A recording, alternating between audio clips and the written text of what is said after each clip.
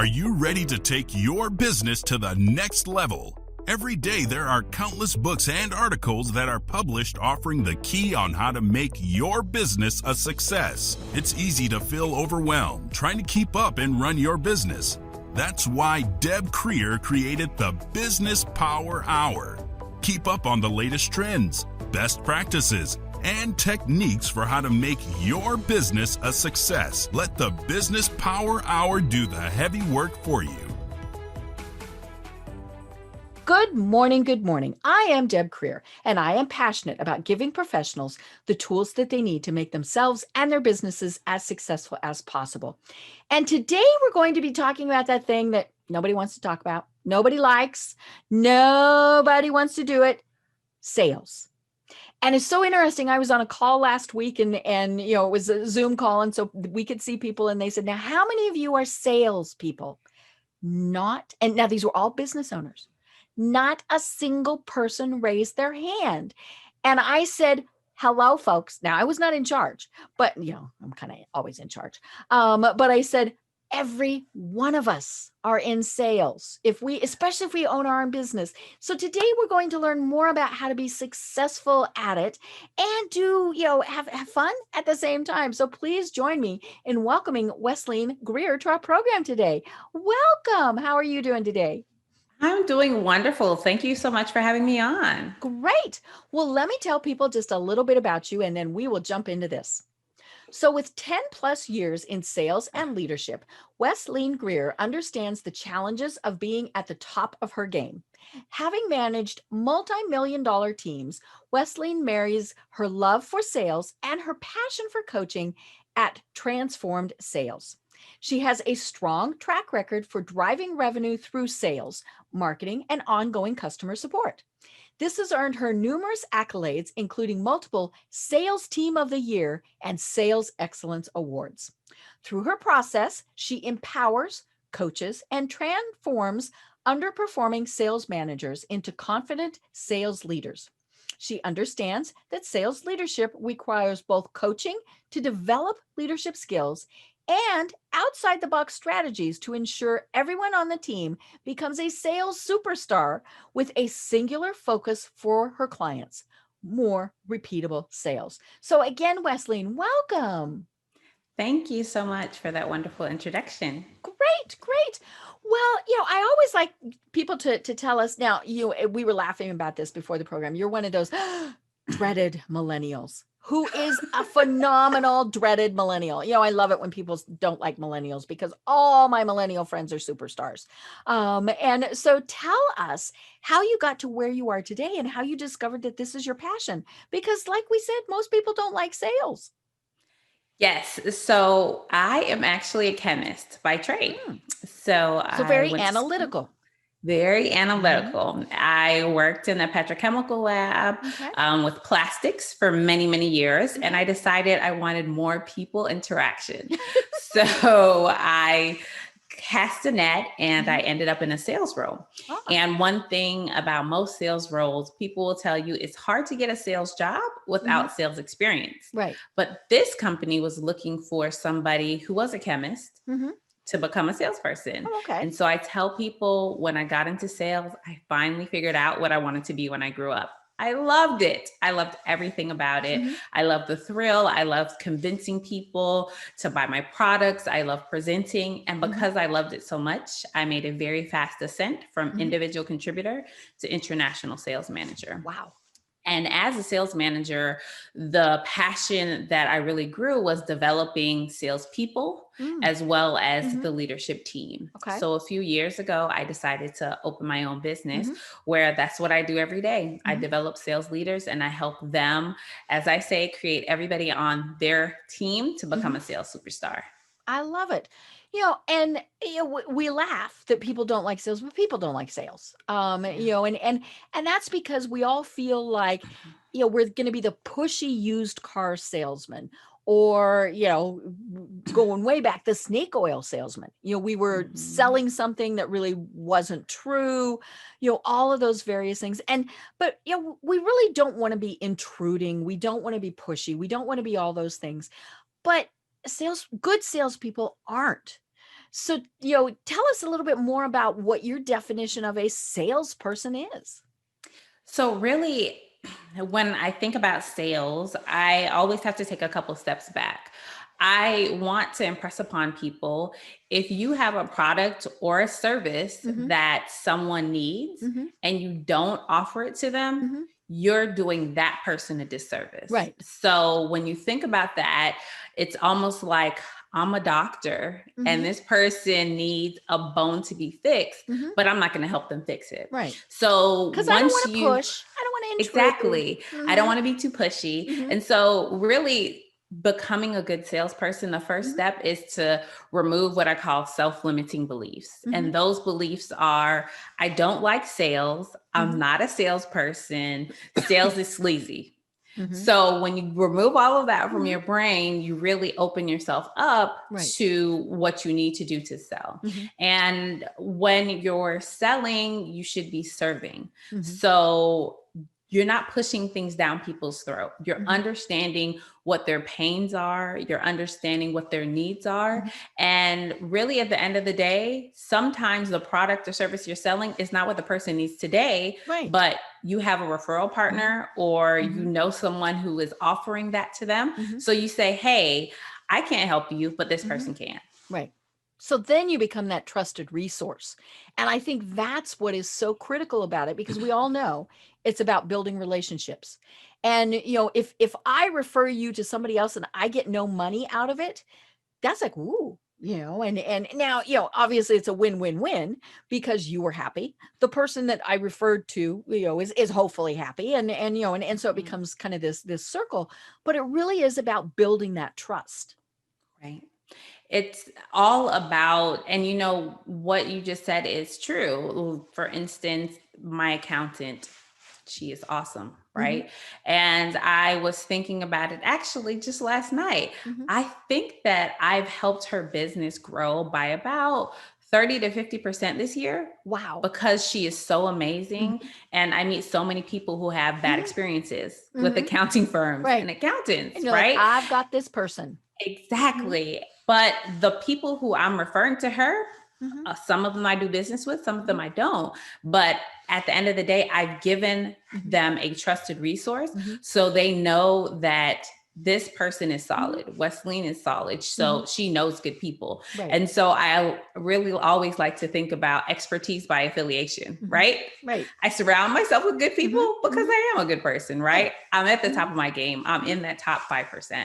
So when you do that or you incorporate that into your business, it really helps you position yourself out into the world, and you don't feel as slimy and as grimy because you're already positioning yourself. Right.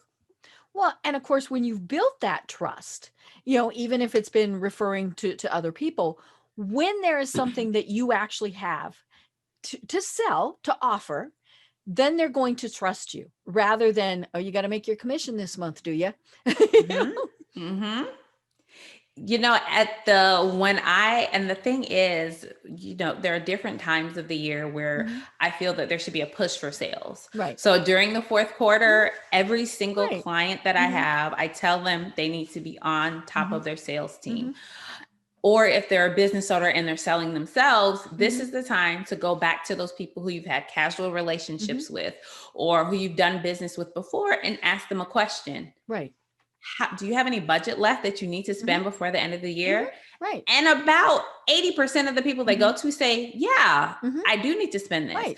Because when you're doing business with corporations, if they don't use it, they lose it. Right. Yeah. It's not that it rolls over. It's not going to roll over. And they go, well, you didn't need that much, so we're going to give you less next time.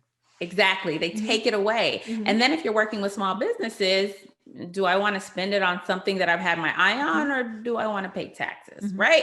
So everybody has that, those thoughts at the end of the year. So the end of the year is not the time to fall asleep, but all of the collateral, all of the trust and the emails and everything you've done throughout the year during the fourth quarter, when you go back and talk to those people who didn't want to sign on the dotted line, you've already built everything up. Right. So asking for the sale, it's not a big thing. Right. And I think what so many people are afraid of is that they're going to be told no. Well, you know what? So Mm-hmm. you also might be told yes. Exactly. And I mean, you should not be emotionally invested in a Right. sale, right? It's not like you're asking your parents or your spouse to buy you a house and they say no. And so you have to live in a little apartment for years, right? This is, you should not really be that emotionally tied to a sale. If you are putting all your eggs in one basket, that means you have a problem with your pipeline. Right. So you need to ensure that you have a healthy pipeline. So if somebody says no, you just go to the next person that might say yes, and you just keep moving on through the process. So if somebody does tell you no, a lot of times it could be a not right now. It's not a no forever. And I had this client who every couple months he keeps coming back and he says, can you help me with this? Or can you help me with that?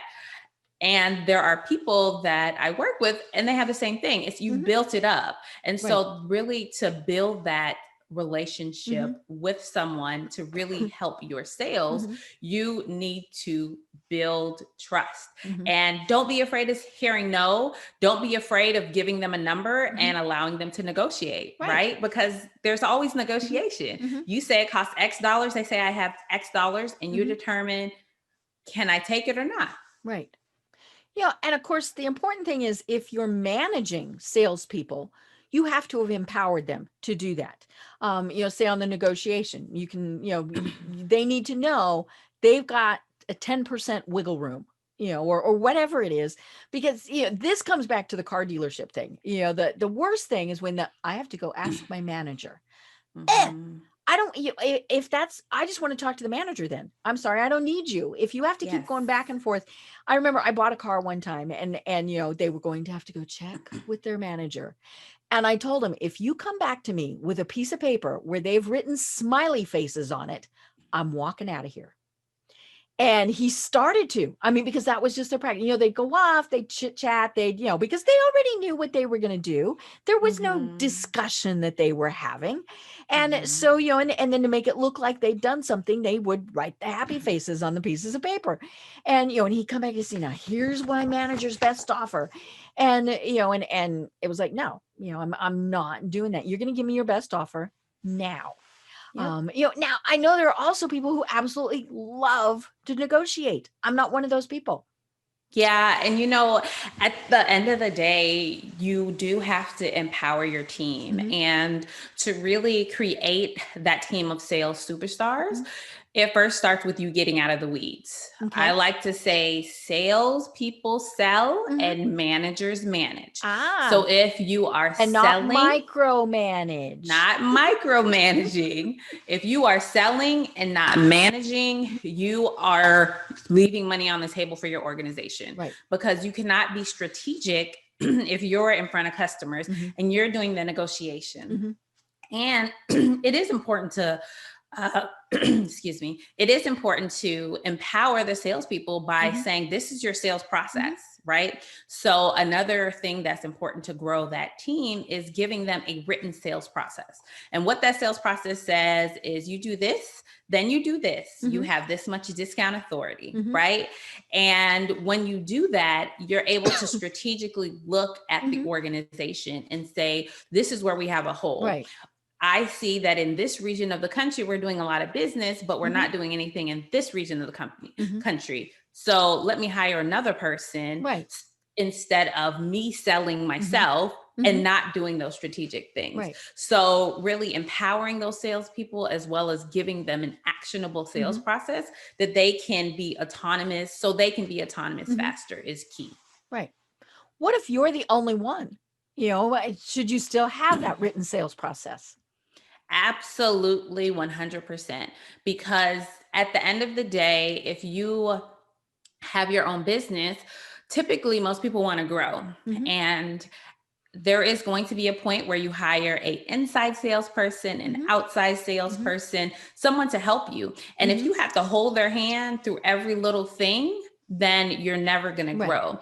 So I encourage those, I call them solopreneurs, to start mapping out your sales process as you're doing stuff. So think about, okay, when a lead first comes in, this is the first thing I do. Then I do this, then I do that. It doesn't need to be fancy. Open up a Word doc, get a piece of paper, a notebook that you're going to have with you, and just write things down.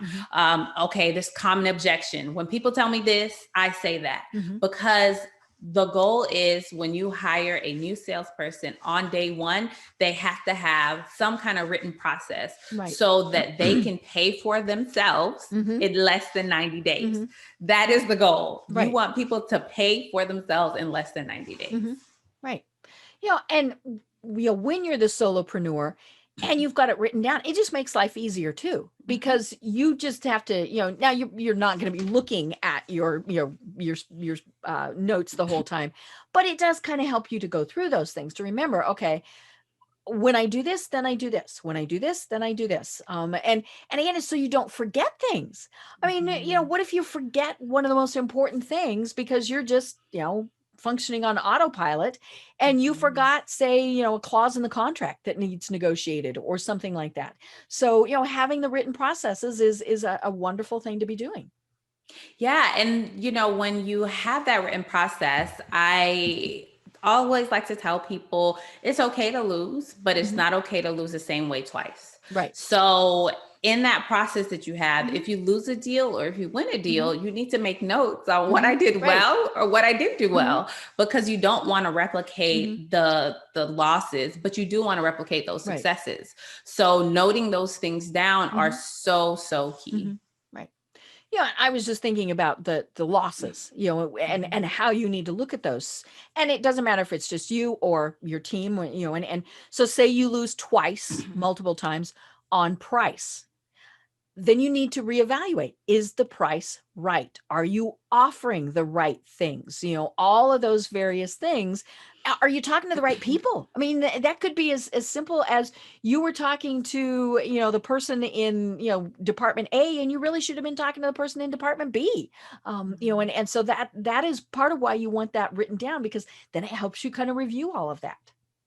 And the thing is, that is that's, I guess, one of my pet peeves, when I hear people always saying we lost on price. We lost on price, right?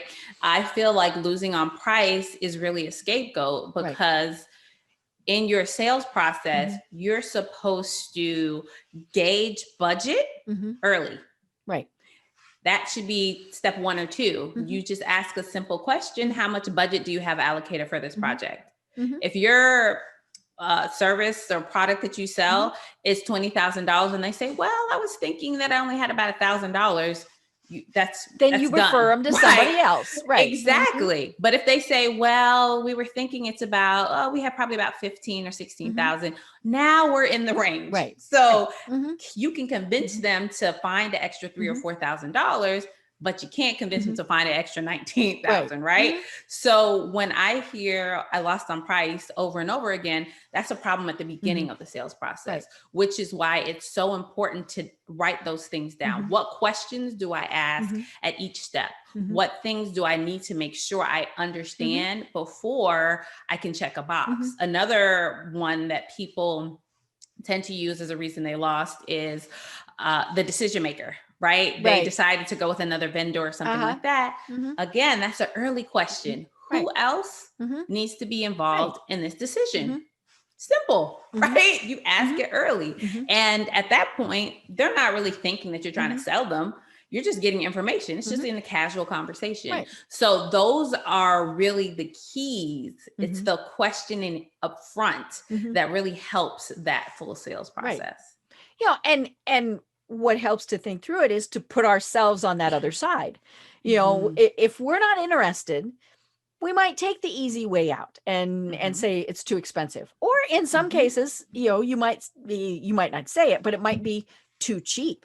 I mean, there are times where it's like, I'm sorry, $100, we were talking about cell phones before, smartphones, $100 smartphone, it's probably not going to do what $1,000 smartphone will.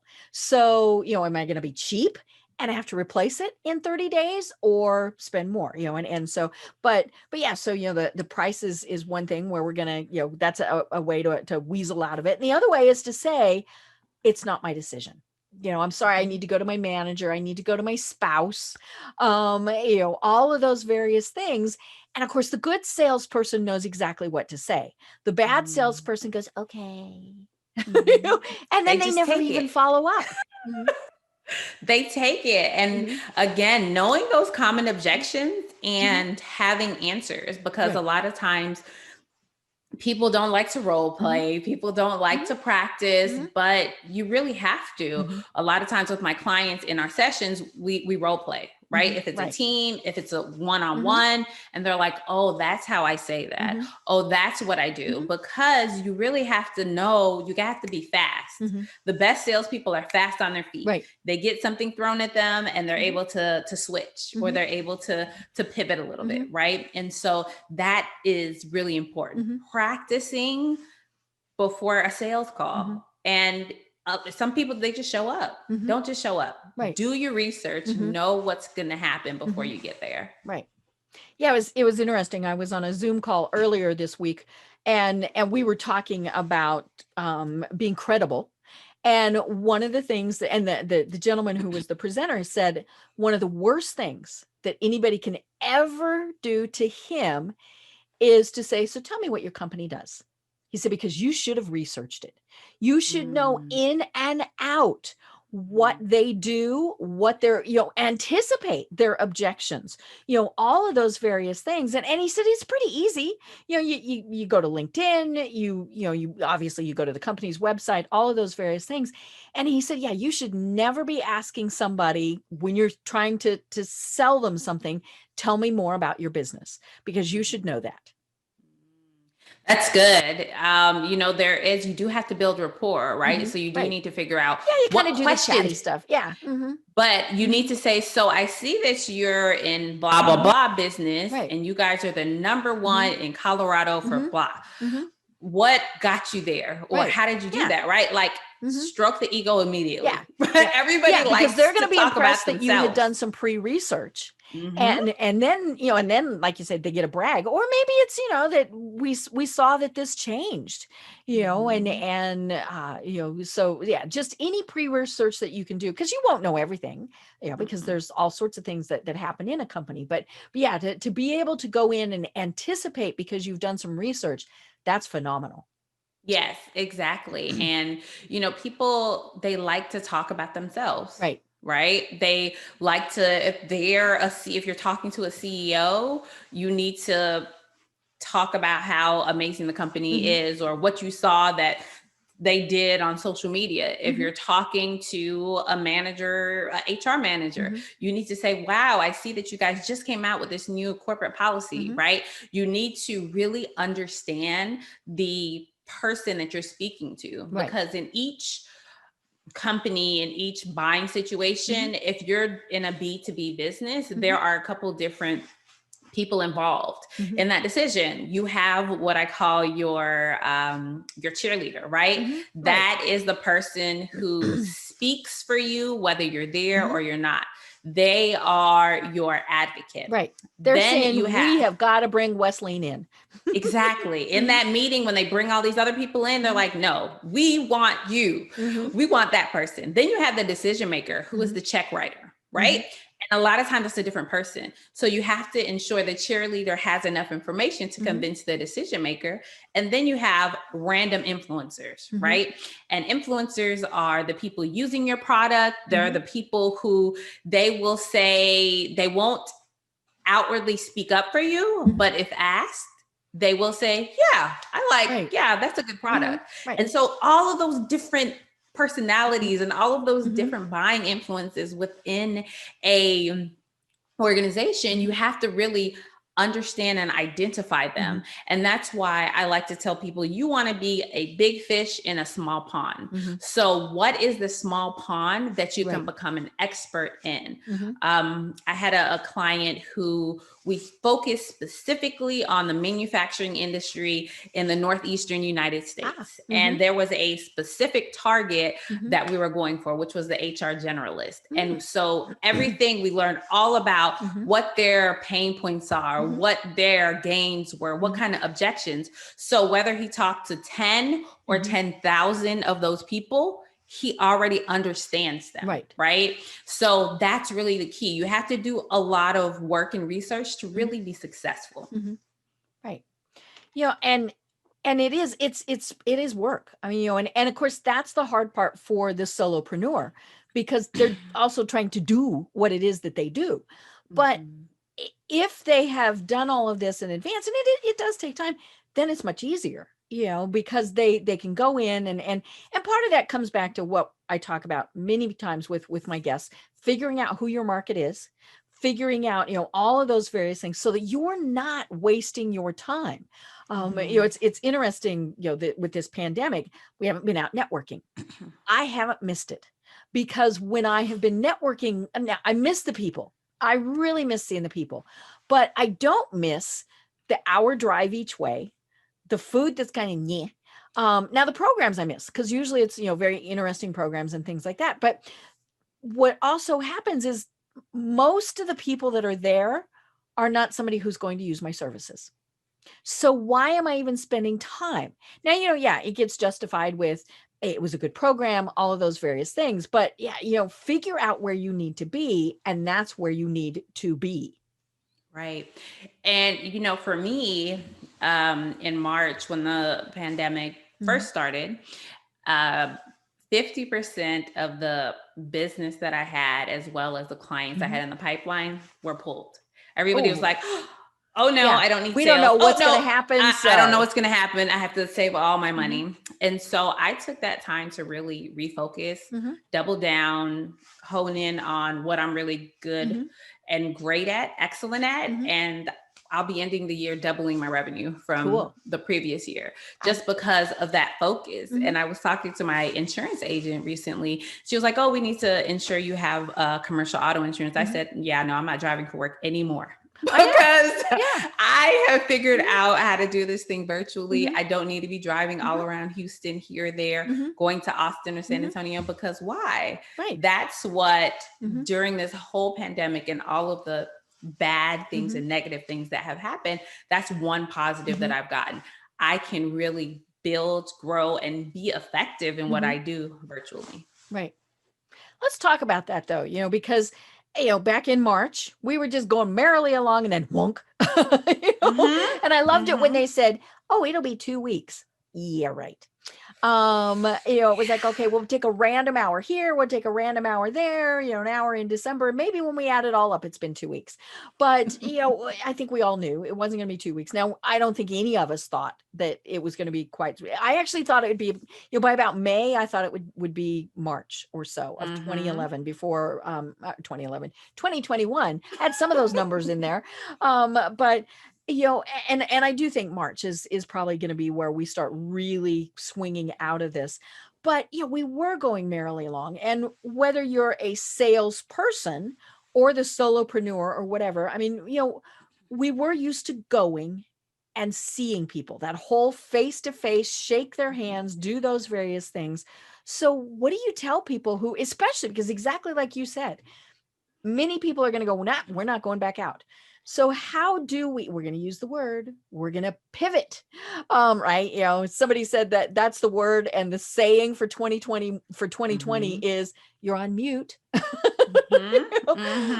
But, because we're not going to go back to doing business the way we used to, whether it's forced or whether it's just, oh my gosh, this is so much easier. So how do we start doing sales online and virtually like this? So, they say that it takes anywhere from 15 to 18 touches to convert a lead. And when I tell people that, they're like, Oh, so after these 3 times and I gave up, I need to just stop. Oops. Yeah, no, keep going. So really, you have to get more creative in what you do because space is crowded now. Everybody is using LinkedIn because that's where all business people are. Right. Email has actually dropped a little bit. People are not emailing as much. Right.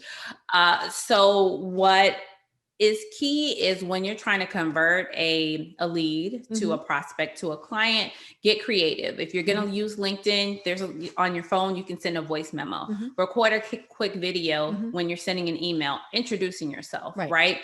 And make sure that you are really standing out from the competition and providing value, because doing something like a Zoom, I mean, you can see somebody, you can talk to them.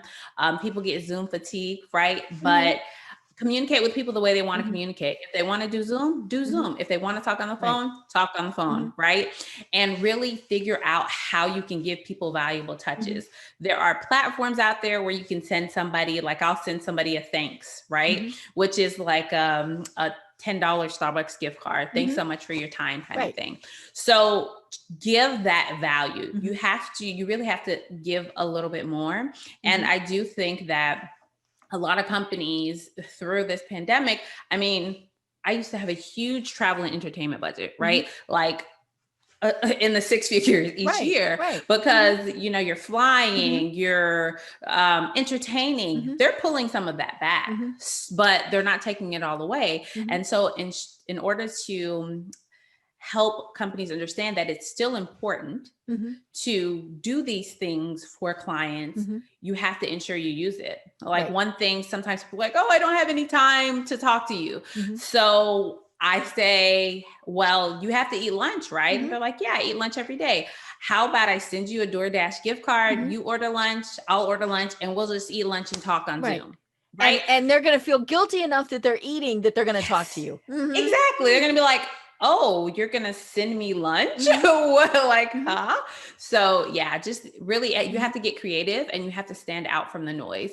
So whatever platforms you're using, make sure you're doing, so maybe you text them one day, time, LinkedIn, email, phone call. Don't do the same thing 18 times. Get creative. Well, and LinkedIn is the one that just drives me nuts. And I spend a lot of time on LinkedIn, and and so I'm connected with a lot of people there. Now, I don't do the onesie twosies. I mean, if I don't have multiple people that we are connected with, for the most part, I'm not going to connect with somebody. But when I immediately get the sales pitch response, I get annoyed. Now, I did get one the other day, and it was so funny. I actually shared it in a mastermind group that I'm part of, because we all, are so annoyed by the hey, this is what I do type of emails that you get right away. And it's automated, because I really love the ones that say, we can tell you how to do social media. Really? You clearly didn't read my profile, because that's what I do. But that's times where I'll push back on them. I'm like, nah. But so this guy sent, so he sent a collage of him doing all sorts of things. So him with his kids, him playing baseball. I mean, all these various things, him at a desk. I mean, all these things. And he said in there, everybody always tells you about all the business things they can do. I thought I'd show you what I do for fun.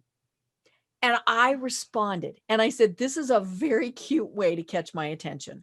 And he still has yet to hit me with a sales pitch. And so he knew what he was doing, but I love the picture. I just thought that was the cutest thing in the world, because I opened it. And when it came in, it was on my phone. And of course, so these were little bitty people. And so I made sure to remember to do it on my desktop, so that then it was much bigger. And I mean, it took him, he probably did it on Canva. It took him maybe 15 minutes, no big deal, but it caught my attention, and it caught my attention in a good way. I love that. It's all about give before you ask. Right. I think the one that irritated me the most that I got was someone sent me a message, and they did a 10-minute Loom video. Oh. And they went through my website and said everything that was wrong with it. Oh. Like, they were like, your website is horrible. You're doing this wrong. And I was like, are you trying to sell me something? I'm not Which, sure. clearly they're trying to sell you website design, but it's like, no, that's not what you do. That's not how you do it, right? Like, don't offend someone before you even try to get to know them. Like, how do you even know that's a priority or what I'm interested in? Or do a good right? and a bad. Hey, I noticed this about your website. I loved this, but this right here could take a little tweaking. Exactly. I call it, when I do sales leadership coaching and I'm talking about feedback, giving feedback to salespeople, I call it a sandwich, right? Right. The good, the bad, and then the good. And so what do they remember? They remember the first and the last thing, but the middle thing that you tell them, it sticks in their brain, but they're like, oh, okay, I'm doing some good things, but I need to work on this one little thing. And really, when people are just sending all those spam messages, it's funny to me. I don't respond to not any of them. I just like to see what people are doing because I use them as examples. I bet. And I say, this is what you don't do. This is horrible or this is good, right? But like you said, don't send me something on, oh, do you want to do this multi-level marketing thing? You'd be really good. Do you want to buy a franchise? Do you want to sell your business? Like, no. Or insurance, of course, one of the things, because it's that time of year, as we record this, everybody's going through open renewal or open enrollment, I guess it is. And so, I got all these ones that said, hey, we can do such and such and such on your insurance. And for the most part, I ignored them. But every once in a while I would reply and I would say, I'm sorry, I'm not interested. And then, of course, what that did was that triggered, well, how can you not be? And I'm like, you have, and I did tell one guy, because he was kind of obnoxious about it. And I said, you have no idea what I even have. So how can you say that it's wrong? Right. And that kind of stopped him. It was like, I had somebody do that in person one time. Same thing. I mean, it was like, how do you know it's so bad if you have no idea what it is? In fact, what you're doing is you're insulting me. Could something be improved? Sure. Everything can always be improved. But yeah, I mean, it was just that. And, the other thing that I've noticed a big trend on are emails, and it's like, it's the second or third email that they have sent. So just following up on that email that I sent you last week. And I'm like, you didn't send me an email last week, or if you did, it was the same thing, but yeah, very clearly a spammy email, but they're trying to trick you, oh, well, maybe I did talk to him last week. And so I need to read this a little bit more. Nah, it comes back to what we were saying. You just blew trust out of the water. I don't care if what they have is something I need. I don't want it from them. Exactly. And, when you think about really building a healthy pipeline, I break prospecting into 3 distinct buckets. You have to do social stuff. You got to, and when I say social stuff, I'm talking about posting videos, content, like giving, give. Right. You have to do some type of networking. Now we're virtual. Find groups that you can be a part of. And I always say, if you are an insurance agent, don't go where all the insurance agents are. Yeah. Go to the manufacturing networking event, right? Go to technology, go where there's no one else like you. So you're giving them a diversity of perspective and give them something, right? Give them something beneficial. And then you also have to do some education-based marketing. And what that is webinars, lunch and learns, offering to speak at some of your networking events. And when you have those 3 buckets of prospecting, that's how you fill the top of that pipeline. So you're not so desperate and you're not spamming people on LinkedIn all the time, right? So really, that is how you ensure that you're not really being annoying, because nobody likes annoying, right? They're not going to respond to you. Nobody likes it. And one of the things I really dislike are the automated annoyings, where I can tell that I responded, or a certain period of time went by, therefore they responded again. And what I love is when I get the emails that are, dear, first name here. Okay. Or if they use my full name, so if it says, Dear Deborah, I know they pulled my email address off of LinkedIn. Because that's the only place they use Deborah. And and so I also know they don't know me at all, because they know that I never go by that. That's not even one of those that when I'm in trouble, I go by. My mother never called me that. But yeah, so it's the automated things. And it's funny, years ago, I had connected with somebody on LinkedIn who was a friend and had been a friend for many, many, many years. And I got an automated response from her. Thank you so much for, and for connecting with me. Blah, blah, blah, blah, blah, blah. I was offended. And I picked up the phone and I said, what the heck? And she said, I'm really sorry. She said, and she actually had a VA that did it. It wasn't completely automated, but she had a VA that cut and pasted. And she said, I'm sorry. She just automatically responds to every one of my LinkedIn new connections. And I said, well, you lost me as a connection, and pretty close to losing me as a friend, because I was offended. Wow.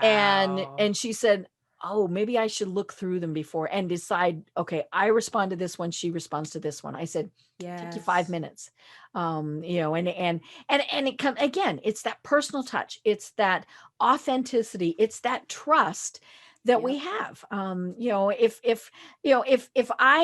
If certainly if I act like I don't know you and I know you, that's just offensive.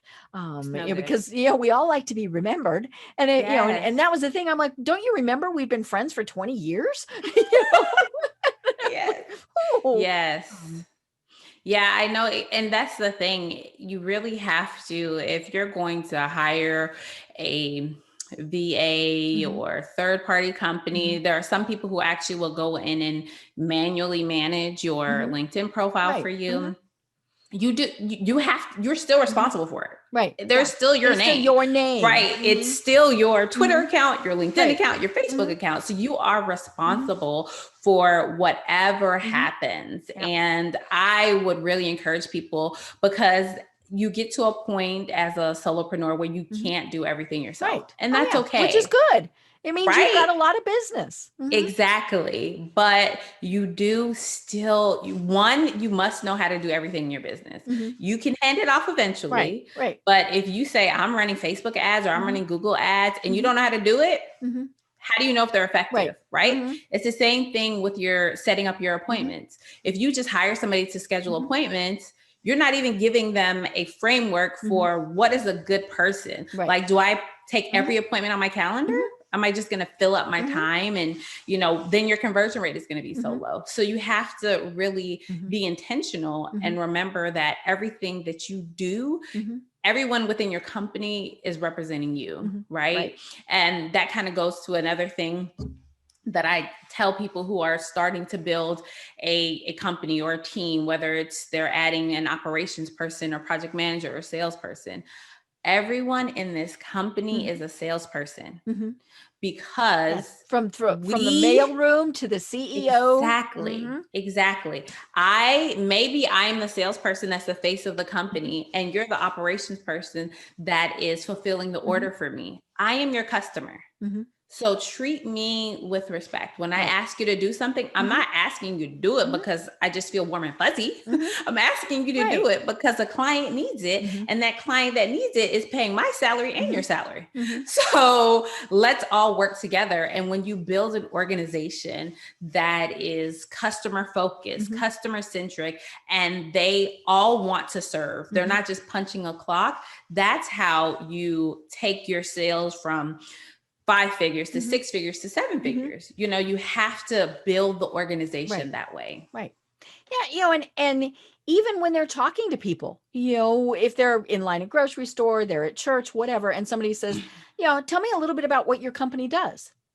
I don't know is not a good answer. Now clearly many people are not going to be able to give the whole thing of information, but they should be able to have just a little bit of information that they can say, we build widgets, our company likes to specialize in building widgets for X companies. If you're interested, I could have somebody contact you. That's all you need to know. But same thing, with, you're always that salesperson. You are always again, it doesn't matter what level you are always the face of that company. I'm a big, person that says, we have to allow people to be adults, but we also, need to expect that they will be adults and give them guidelines. So for example, you need a social media policy, and you're going to tell them you're not posting your drunken pictures on Facebook all weekend because people know you work for my company. And I don't like that. And if you don't like that, then either A, don't be getting drunk all weekend, or B, don't work here. It's just as simple as that. But I know that, not a lot of people do that because they say, Facebook is personal, all of those, whatever, TikTok, Instagram, whatever it is, but people still know you work for that company. So it's tricky. There's, I am going to do a little disclaimer here. There could be some legal issues. So don't just jump down some of these things and start doing this. Contact an attorney before you start some of these policies, just like any HR policy. You need to make sure that what you're doing is appropriate and right. Yeah, there was actually a company that I worked with. It was a pretty bad situation. So this lady's son was like on the run from the police or something like that. And she still had on her Facebook profile that she worked for this company, but she hadn't worked there for over 2 years. Right. And so they started spamming that Facebook account saying how horrible, how can you employ somebody like this? Right. How can you do that? How can you do this? Like, they started leaving bad reviews. I mean, and so it is so important. Like you said, it's so important because all of those little things that sets you up for your online presence. And in the wide world of marketing, that's how your leads come into the funnel, right? So the difference between sales and marketing is what's out there in the whole big world, right? It's getting people to know you, to like you, to trust you. And then when I get to that trust point, they're like, okay, now I'll have a phone call with you. Who do we talk to? Right. Now I want to talk to you. And that's where the sales process begins. So where marketing ends, sales begins. And a lot of times people don't realize that they need to do sales and marketing, right? You got to attract people, but after you attract them, you have to convert them. Right. So are you doing both? And that is the key. Right. It's interesting because I was talking with somebody else about this. In many cases, it's sales is over here and marketing is over here, and they never meet. And a lot of times they're competing for budget dollars, all sorts of things. And that's just horrible because it's exactly what you say. They have to be a team. And in many cases, they have to be the same person, and because it does go hand in hand, and the bad part is when you have, a downturn in the economy, you start, telling people you have to work from home, all these various things. Many times what happens is marketing is one of the first things to go because they still want sales, because you should be making sales because sales brings in money. But then the salespeople say, nobody knows we exist. We don't have the right materials to give to them. Our website hasn't been updated in 5 years because you got rid of the marketing people. You are so right. And the thing is, again, when we talk about building that company culture, small companies, big companies, it really doesn't matter. But the sales and marketing department, they're always feuding. Right. And the reason they're feuding is because management doesn't put them in alignment. Management doesn't say, hey, marketing, you still report to me, but we need to take our marching orders from sales. What are they hearing out there on the front lines that customers want to see in collateral? And then sales, you have to understand that marketing doesn't just change like that. You can't go out there and see something you want to do or an event you want to show up to next week and expect them to give you all the collateral, have your whole trade show booth all set up. So I really feel that misalignment, it comes from the top. From the management level, you have to say sales and marketing, you must work together. We must speak the same language. We must have a monthly meeting to be in alignment. What's working? What's not working? Why are we losing sales? What are we seeing on our social media platforms? What kind of incoming leads are we getting? And that's how you build that culture and really build that environment to grow that company. Right. And along those same lines, I mean, back to everybody's a salesperson, all those things, we all need to get all that input from everybody. The person who might be the best person to be talking to in your company about any of this is your person who answers the phones. because they're the ones that people complain to. I went to your website and this happened or this didn't happen. Tell me who I need to talk to. Or, oh my gosh, I just got the greatest thing in the world, and so, those are the people too that you need to be talking to. And so many times we put them in their little silos and we say, okay, now you go here and you go here and you go here. And, and also we do think of them as different levels. Like, oh, he's the receptionist.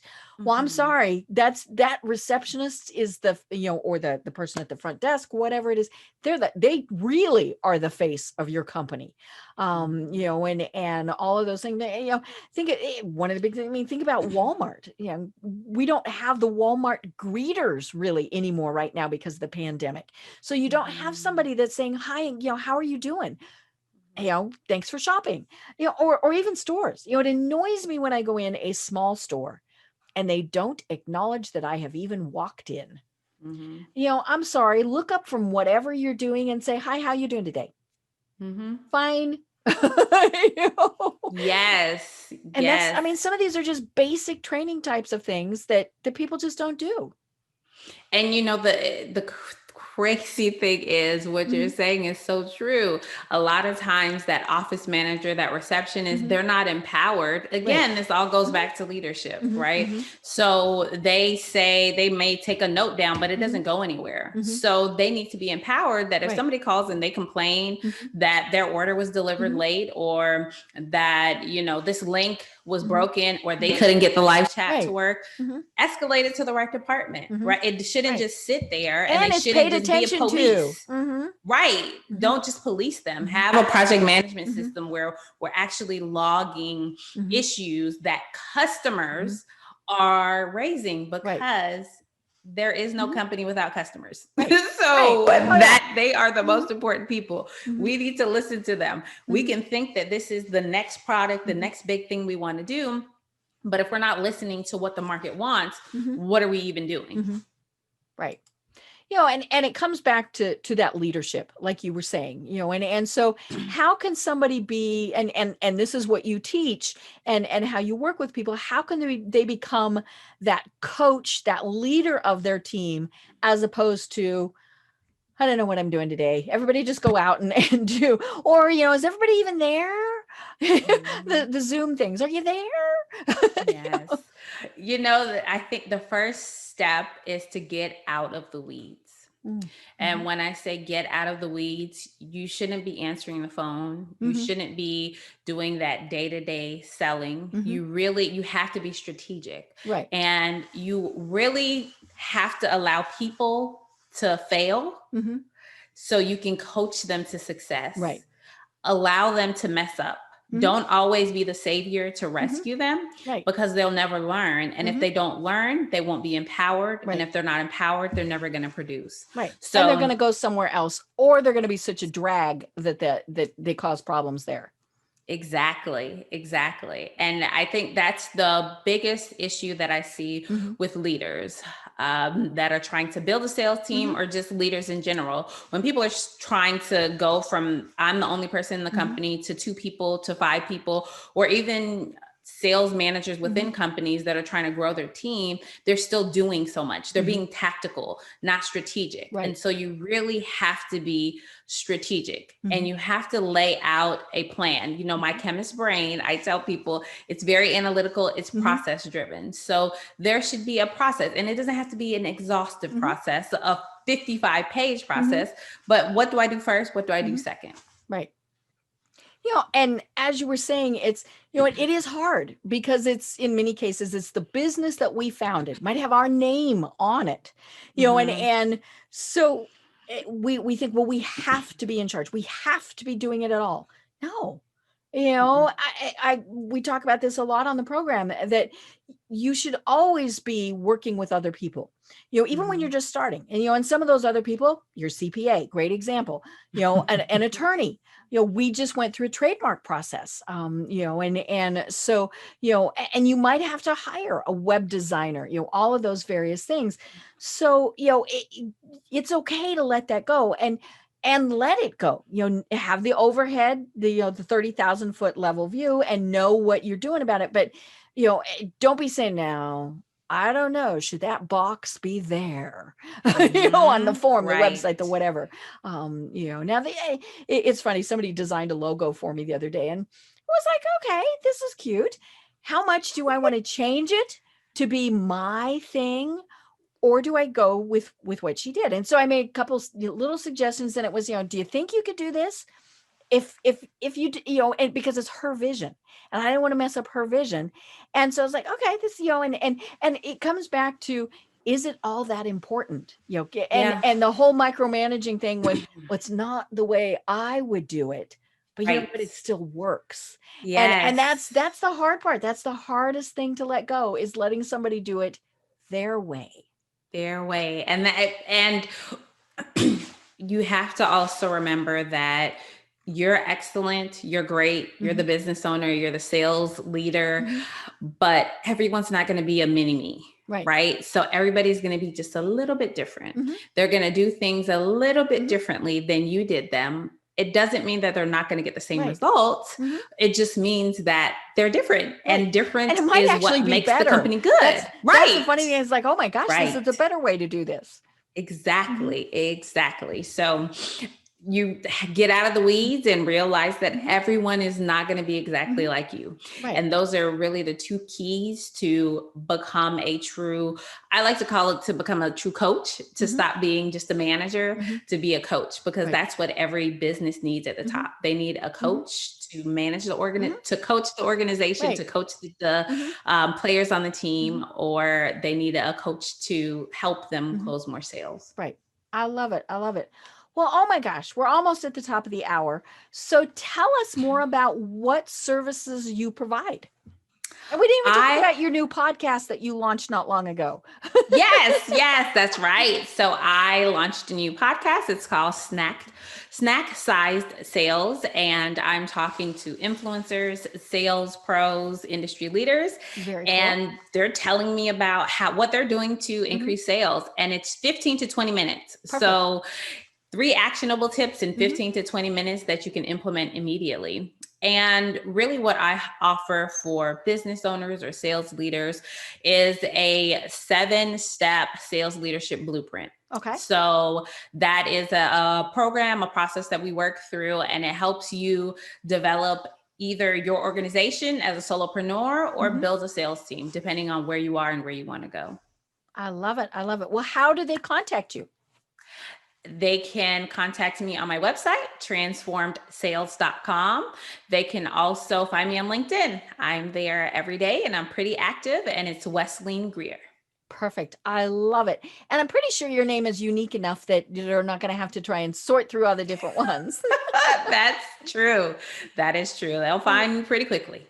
There's only, I think, 3 Deb Creers. I'm kind of lucky in that. So that is good. It's funny. Every once in a while, I get something from, especially on LinkedIn, a request that I know was to go to the other one, and I always reply because it's kind of like the thing we were saying. You're nice to people, and I tell them I'm pretty sure you were trying to connect with the other Deb Creer, but take a look at my connections and see if you'd like to connect with me. And almost always they'll connect. They're like, oh, hey, that was kind of cool. I love it. I love it. Yeah, cool. Well, again, you are at transformedsales.com because we're transforming the sales process, right? See, I get that. Yep. I love it. I love it.